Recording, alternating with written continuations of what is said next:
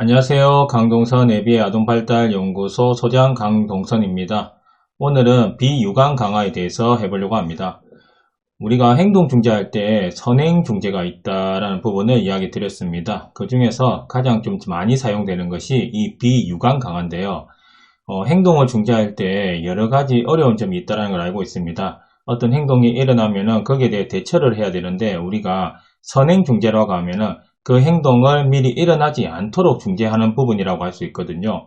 그 방법 중에서 이 비유관 강화를 사용한다면은 그 행동이 미리 일어나기 전에 많은 부분을 줄일 수 있기 때문에 충분히 현장에서 효과적으로 사용할 수 있고, 그리고 우리가 행동이 일어났을 때 혐오적으로 사용할 수 있는 방법들에 대한 부분들을 상당히 많이 줄일 수 있다는 그런 장점이 있습니다. 자, 오늘 비유관 강화를 알아봄으로 해가지고 중재할 때 많은 도움이 되었으면 합니다. 그러면 비유관 강화 한번 들어가 보도록 할게요.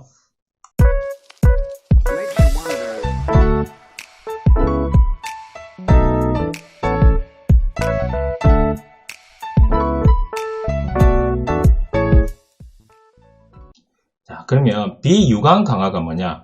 이 용어에 답이 있거든요. 우리가 모든 행동은 유관에 의해서 이루어진다고 했습니다. 학습이나 안 그러면은 인지, 언어 이런 모든 부분도 이런 유관적인 거에 의해서 나타나는 부분이 상당히 많거든요.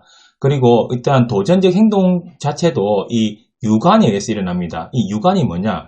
어떠한 이유, 어떠한 상황이 계속 발생함으로 해가지고 그러한 상황에서 도전적 행동을 통해 가지고 결국 그 결과를 얻어냈다. 도전적 행동하고 그 결과하고 뭔가 밀접하게 관계가 있다. 이걸 유관이라고 한다는 겁니다. 그래서 우리는 A, B, C 유관 이런 관계도 많이 하죠. 어떠한 상황일 때 어떠한 행동이 일어났고 어떠한 결과를 얻었기 때문에 이런 도전적 행동이 계속 발생하게 된다라고 계속 이야기를 했습니다. 그런데 A, B, C 유관과 관련된 자료를 조금 참고하시면 될 것 같고요. 그러면 그 관계를 끊어버리는 개념이거든요. 자, 한번 볼게요. 일단은 도전적 행동을 감소시키는 선행 중재라는 겁니다. 자, 어떠한 상황에서 아니면 어떠한 도전적 행동을 통해 가지고 그 결과를 계속 얻어왔잖아요. 그러면 이 도전적 행동을 해야만이 내가 원하는 결과를 얻었다. 그런 후속 결과가 있었다라고 이야기를 하는 겁니다. 그런데 이 도전적 행동이 일어날 수 있는 이러한 가능성을 줄인다는 개념, 그리고 행동이 일어나기 전에 이 행동을 감소시키기 위한 사전에 어떠한 중재를 한다라는 개념이거든요. 그걸 통해 가지고 이 도전적 행동을 나타나게 하는 그 결과와의 관계를 이렇게 끊어버릴 수 있는 부분을 생각한다라는 겁니다. 그걸 유관을 전혀 유관적이지 않는 비유관으로 만든다고 생각하시면 될 것 같아요. 자, 학습자의 행동과 무관하게 고정 변동 시간 계획을 이렇게 해야 된다는 겁니다. 자, 우리가 행동을 하게 되면 그 이유가 있다라고 지금도 계속 강조하고 있죠. 그런데 이 행동하고는 무관하게 내가 원하는 결과가 있었어요. 행동을 통해 가지고 그러한 결과를 얻었는데, 내가 굳이 이러한 행동을 하지 않아도 내가 원하는 결과를 얻게 된다는 겁니다. 그걸 이제 고정적으로, 변동적으로 시간 간격을 잘 조율해가지고 우리가 중재를 해 나간다는 것이 이 비유관 강화의 핵심이라고 보시면 돼요. 결국에는 이 동기해지 조작이라는 것이 있습니다. AO라는 거거든요. 이러한 부분에서 내가 어떠한 동기에 의해서 이 행동이 나타나는데 이 동기 자체가 없어지는 거죠. 왜? 굳이 그걸 하지 않더라도 내가 원하는 그런 결과를 얻을 수 있거든요. 그러면 도전적 행동을 굳이 할 필요가 없다라는 겁니다. 그래서 이 비유관 강화가 이런 동기해지 조작으로서의 이런 역할을 한다라는 걸 잘 한번 파악하시면 될 것 같아요. 자, 그러면 구체적으로 한번 알아볼게요. 어떻게 비유관 강화를 적용하는지 한번 보도록 하겠습니다. 우리가 그 후속 결과, 내가 행동을 하게 되는 그 결과에 따라서 이 비유관 강화를 적용하는 게 조금씩 달라지는 거거든요. 자, 도전적 행동을 일으키는 사회적 정적 강화가 무엇인지 확인하는 겁니다. 지금 사회적 정적 강화와 비유관 강화의 적용이거든요. 우리가 사회적 정적 강화는 이야기를 했습니다. 자, 정적 강화라는 것은 어떠한 것이 주어짐으로 해가지고 그 행동이 증가하게 되는 거라고 했고요. 사회적이라는 건 뭘까요? 다른 사람하고의 관계가 있는, 다른 사람하고의 주변 환경과의 관계에 의해서 어떠한 것이 주어지게 되는데 그것으로 인해서 행동이 증가하게 되는 것을 사회적 정적 강화라고 이야기했습니다. 그러면 이러한 사회적 정적 강화를 받고 싶어가지고 도전적 행동을 한다라는 거죠. 그러면 사회적 정적 강화가 과연 어떠한 사회적 정적 강화 때문에 일어나는지를 먼저 확인을 해야 된다는 거죠. 그러면 그 사회적 정적 강화는요, 관심이 있을 수 있어요. 음식. 음식은 사회적 정적 강화가 아니지 않아요? 무조건적인 강화 아니에요? 그렇지만은 음식이 누구에 의해서 주어지게 된다. 어떠한 환경에 의해서만 이게 주어지게 된다고 하면은 이거는 사회적 정적 강화라고 볼 수 있습니다. 우리가 이 사용하는 거는요, 그 환경에 따라서 어떻게 정적 강화가 되느냐, 안 그러면 부적 강화가 되느냐, 자동이 되느냐, 사회적으로 되느냐, 이 차이는 있거든요. 자, 우선은 그거는 이제 다른 강화에서 제 강의가 있으니까 한번 참고해 주시고요. 일단 음식, 장난감, 좋아하는 활동 등이 있겠죠. 이걸 얻으려고 한다는 겁니다. 내가 도전적 행동을 하면은 나에게 관심을 줬다든지, 안 그러면 내가 도전적 행동을 하니까 내가 좋아하는 음식이 주어졌다. 장난감이 주어졌다. 좋아하는 활동을 얻을 수 있었다. 이런 부분으로 우리가 도전적 행동이 나타나게 됐다는 거죠. 그러면 어떻게 하느냐? 이 강화 자극, 자, 관심, 음식, 장난감, 좋아하는 활동 있잖아요. 꼭 완전히 일치하는 게 아니라도 상관이 없습니다, 방식이. 그런데 이거하고 유관한 이런 강화 자극을 파악을 하셔가지고요. 이 강화 자극을 비유관적으로 풍부하게 제공한다는 겁니다. 도전적 행동을 하니까 이걸 얻을 수 있었다. 도전적 행동을 안 해도 계속 관심을 보여줘. 내 옆에 있어줘.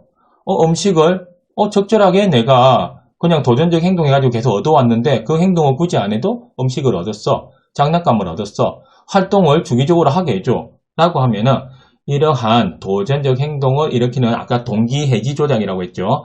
그런 동기 자체를 줄일 수 있어가지고 이렇게 비유관 강화를 통해가지고 행동을 줄일 수 있다는 겁니다. 자, 그러면 사회적 부적 강화와 비유관 강화의 적용이 있잖아요. 자, 부적 강화는 또 이야기를 잠시만 드리면요. 혐오 자극, 내가 싫어하는 활동이나 내가 싫어하는 자극들이 있잖아요. 이러한 부분에서 벗어나기 위해서 어떠한 행동을 많이 하게 된다. 제가 숙제를 하게 되면은 싫어하는 화장실 청소를 면제해 준다. 약간 이런 식으로 이야기를 많이 했었죠. 도피와 회피에 대해서 이야기를 했었습니다. 자, 그러면 이 도전적 행동을 일으키는 사회적 부적 강화가 무엇인지 확인을 해야 되겠죠.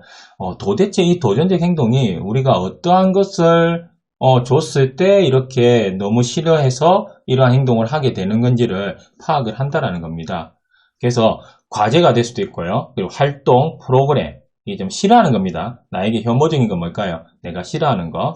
이러한 것이 주어졌을 때 도전적 행동이 나타난다는 겁니다. 그래서 혐오 자극을 이거는 비유관적으로 벗어나도록 한다는 거예요. 이게 뭐냐면은 과제를 시키게 되거나 프로그램을 하게 되면은 어떠한 장소로 이동하게 된다. 등등 있을 거예요. 그렇게 되면은 이제 도전적 행동을 통해 가지고 과제도 안 하게 됐고 활동도 안 하게 됐어요.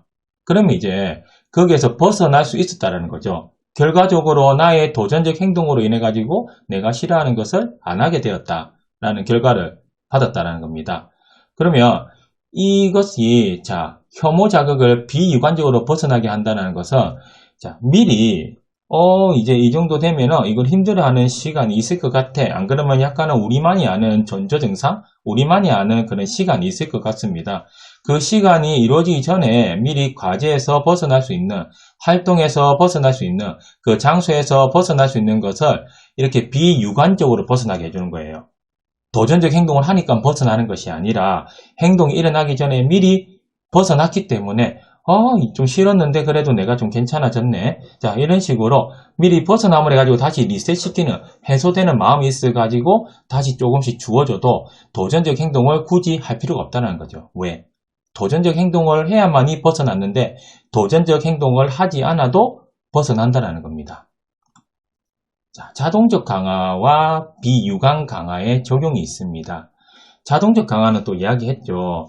우리가 사회적 강화가 아니라 자동적 강화는요, 내가 스스로 자, 누구하고 관계된 게 아닙니다. 관심은 스스로의 관심도 있겠지만 관심은 누군가의 관계에 의해서 나타나는 거죠. 누군가에 의해서 주어지는 거죠. 그게 아닙니다. 내가 손가락을 흔들 자기 자극 행동이 주로 이제 그 예 중에 한 개인데 손가락을 흔들어서 내 자극을 만족시킨다든지 안 그러면 어떠한 손끝을 뜯어가지고 안 그러면 냄새를 맡아가지고 봉지를 뜯어가지고 스스로가 그러한 정적 강화를 받아간다라는 거예요. 그래서 자동적으로 스스로 한다는 이 부분이기 때문에 자동적 강화라고 이야기를 드렸습니다. 도전적 행동을 일으키는 자동 강화가 무엇인지 확인해야 돼요. 이 자동 강화를 확인하기 쉽지 않거든요. 손가락을 흔드니까 이거는 손가락일 거야, 안 그러면 시각일 거야 라고 하는데 이게 때로는 손가락을 흔드는 그 바람이 날라오는 그 촉감이 좋아서 할 수도 있어요. 그래서 이걸 정확하게 파악하는 것이 무엇보다 중요하고요. 그래서 시각적으로, 청각적으로, 미각적으로, 운동 감각적으로 자극 부분이거든요. 이러한 부분을 즐길 때 사용한다는 겁니다.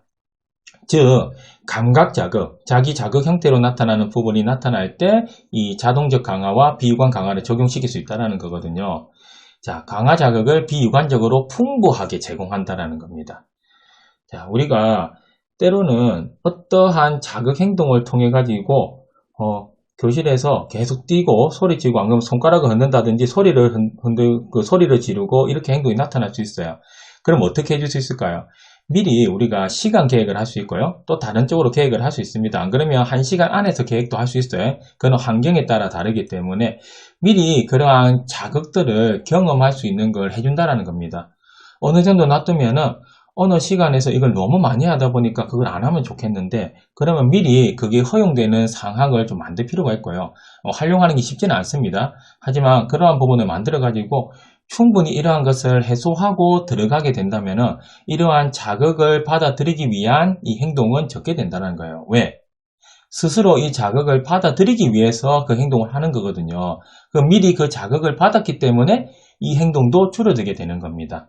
그래서 우리가 그 자동적 강화가 이제 도전적 행동의 기능일 때 이걸 많이 활용을 하거든요. 풍부한 환경 제공하기가 이 부분하고 연관이 되어 있다고 보시면 될 거예요. 그러면 우리가 이 비유관 강화를 효과적으로 활용해야 되거든요. 잘못 사용하면 오히려 역효과가 날 수 있는 부분이 있습니다. 그래서 효과적으로 활용하는 부분을 자, 효과에 영향을 주는 요인하고요. 자, 도전적 행동에 대한 기능성을 평가하는 부분, 그리고 비유관 강화를 확대하는 부분, 강화 간격을 정하는 부분을 한번 살펴보도록 할게요. 자, 효과에 영향을 주는 요인입니다. 비유관 강화에 효과에 영향을 주는 거예요. 자, 도전적 행동을 강화하는 것 있잖아요. 예, 확인된 이 자극의 양과 질이 중요하다는 겁니다. 왜 그러냐? 이 행동을 우리가 강화하기 위해서는요. 도전적 행동이 예를 들어서 관심이었다고 하는데 엄청난 부정적인 관심이라도 관심이라고 제가 이야기했습니다.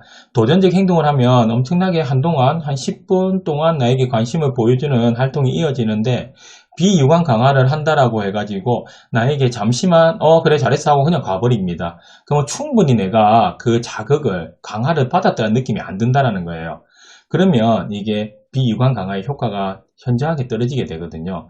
안 그러면 음식이나 다른 걸 얻기 위해서 했는데 조금만 주고 만다 이렇게 하면 안 돼요. 초반에는 이 양을 많이 줘야 됩니다. 칭찬도 많이 해줘야 되고 관심도 많이 줘야 됩니다. 그래서 이 양과 질이 상당히 파악하는 것이 중요하고요.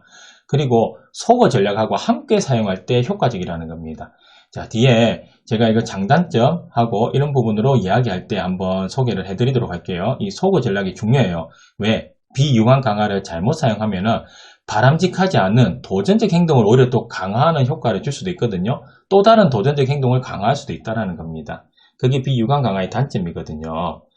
그리고 우리가 자동적 강화 상당히 어렵다라고 제가 이야기했습니다. 선호도가 높은 것과 이제 포화 예방을 위해서 주기적으로 강화 자극의 종류를 다양하게 바꾼다는 건데 일단은 자, 앞에 부분 보면요. 자동적 강화를 대신해서 선정된 강화 자극을 제공하는 게 쉽지는 않은데 그거보다 더 선호도가 높은 것을 발견을 해야 형태는 좋지 않을 수도 있고요. 뭐 형태가 똑같더라도 그러면은 다른 환경에서 제공할 수 있다라는지 안 그러면은 동일한 환경에서 자극을 줘야 된다고 하면은 예를 들어서 손가락을 이렇게 입에 무는 행동을 하는데 다른 걸 입에 무는 행동을 수업 안에 미리 비유관적으로 제공한다고 했을 때 이 행동보다는 조금은 바람직한 행동을 하되 그것 또한 손을 무는 행동하고 동일한 강화 자극, 때로는 더 선호도가 높으면은 이 중재를 성공할 확률이 더 높다는 겁니다. 그리고 이러한 것은 포화가 될 수 있기 때문에 늘 말했듯이 그 강화제 선호도 평가를 통해 가지고요, 여러 가지 강화 자극을 파악을 먼저 해야 돼요. 중재를 성공하려면은. 그래서 이 강화 자극을 또 이렇게 조금씩 주는 것이 아니라 다양하게 돌리는 것도 포화를 예방하는 방법이거든요. 결핍을 시키는 방법도 있는데요. 동일한 것을 여러 개 만들어서 어쩌다가 한 번씩, 자, 이것만 주면은 나중에 쉽게 포화가 되는데, 자, 5가지를 좋아한다고 하면은 1, 2, 3, 4, 5를 번갈아 가면서 하면은 한 가지가 포화될 확률은 그만큼 줄어들기 때문입니다. 그래서 이렇게 효과적으로 활용을 해야 되고요. 기능성 평가 상당히 중요합니다. 자, 지금까지는 도전적 행동을 통해서 이걸 얻어왔다 했잖아요. 근데 이걸 무관하게 풍부하게 제공해야 돼요. 앞에 동기 해지 조작하고 똑같은 말입니다. 자, 여기 보면 도전적 행동의 동기 자체를 감소시키죠. 왜? 미리 받았기 때문에. 그래서 이걸 정확하게 우리가 기능평가를 통해 가지고, 그리고 기능평가에서 조금 더 자세하게 ABC 관찰이나 조금 더 기능평가를 좀 더 상세하게 하는 방법을 해가지고 우리가 이 어떠한 기능인지 정확하게 파악을 해야 돼요. 그거는 강아지 선호도 조사, 기능평가 부분을 참고하셔가지고 정확하게 파악한다고 생각하시면 되고요. 결국에는 이게 후속 결과를 정확하게 파악하는 것과 똑같아요.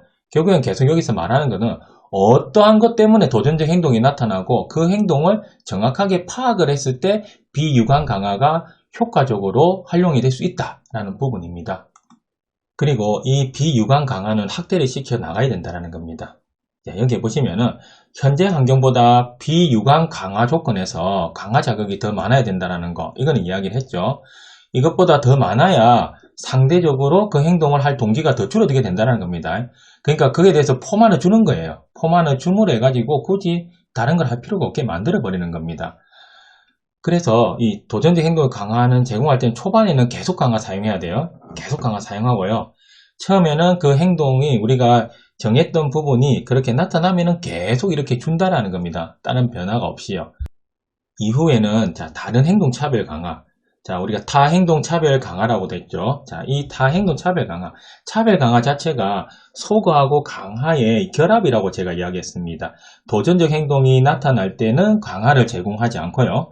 자, 도전적 행동이 나타나지 않았을 때, 일정한 기간 동안, 그럴 때 우리가 그 강화를 제공한다는 겁니다.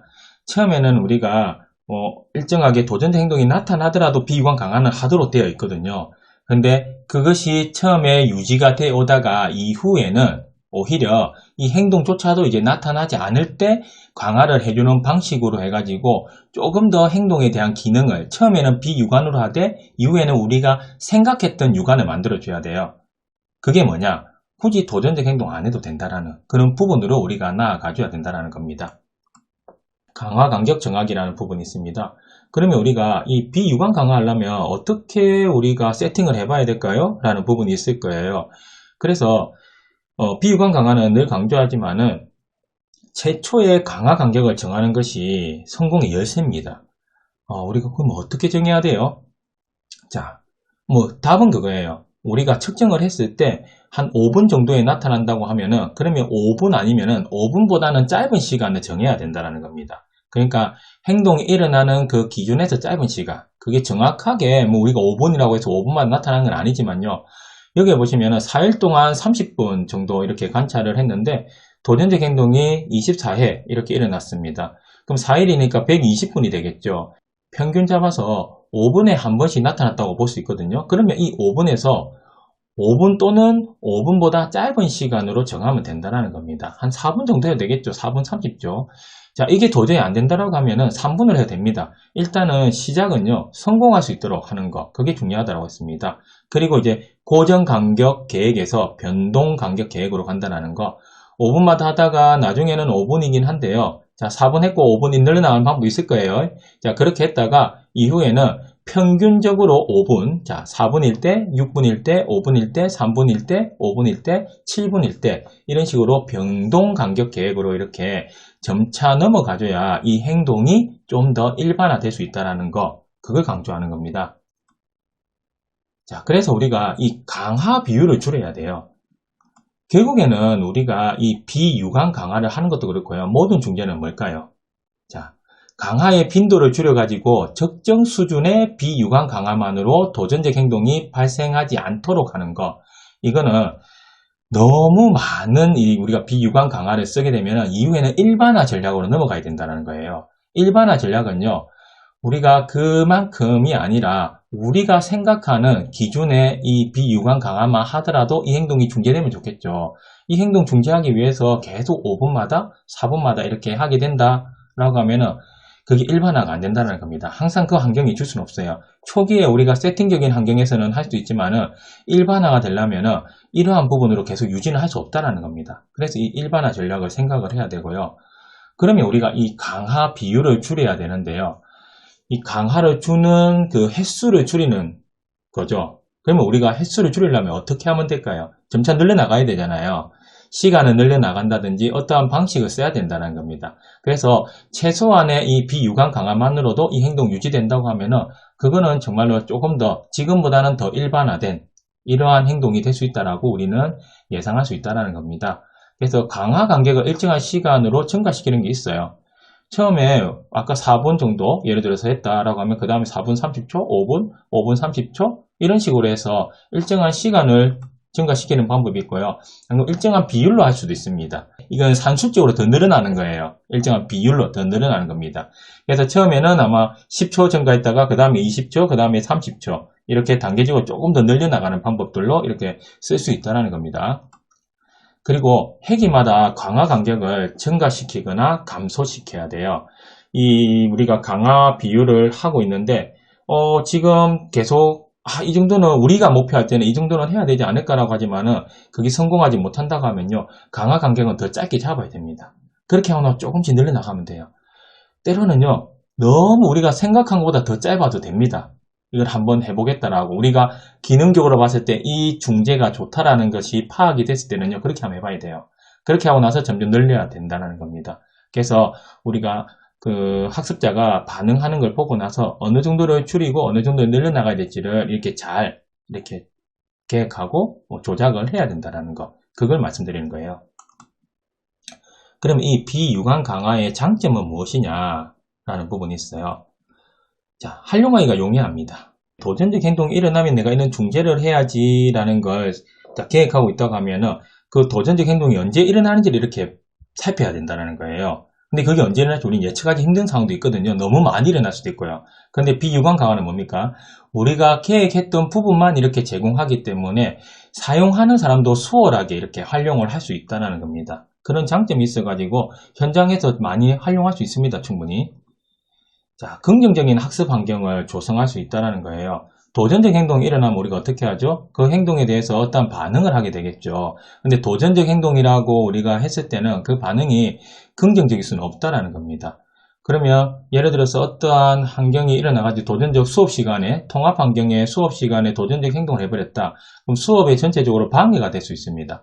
그런데 이 비유관 강화를 통해 가지고 그 행동이 일어나는 것 자체를 차단을 하다 보니까 우리가 학습자한테 약간은 벌적이거나 아니면 소거적인 방법을 쓰기 이전에 이 행동이 줄어들 수 있고요. 그리고 방해가 되는 요소를 사전에 차단할 수 있다는 이런 긍정적인 학습 환경을 조성할 수 있다는 겁니다. 소거 폭발을 더 약화시켜요.